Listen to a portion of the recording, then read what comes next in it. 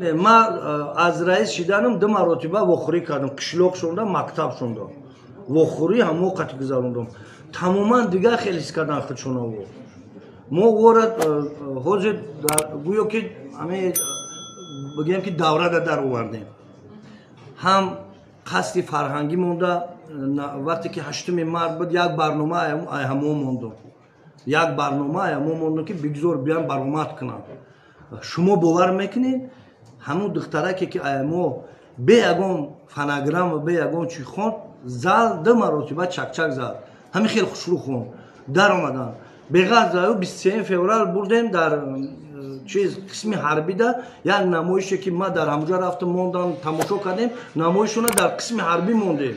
حاضر اینا مدل موارد دیگه جواب داد. مکتبشون باور کرد همین درس خونیشون دیگه و دیگه همشون نازد.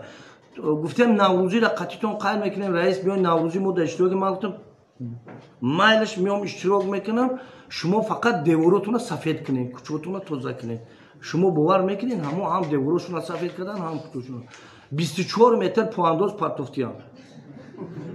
رئیس میاد گفتم ما ایدوری ماشین نفرمانده اینا گفتم بگی که این یگان کس بود ای بای مدت ما ولی خدمت نکردیم برای یورا. در ما ای روی حرمت احترام شون ما باور داریم قطعا کار میکنیم.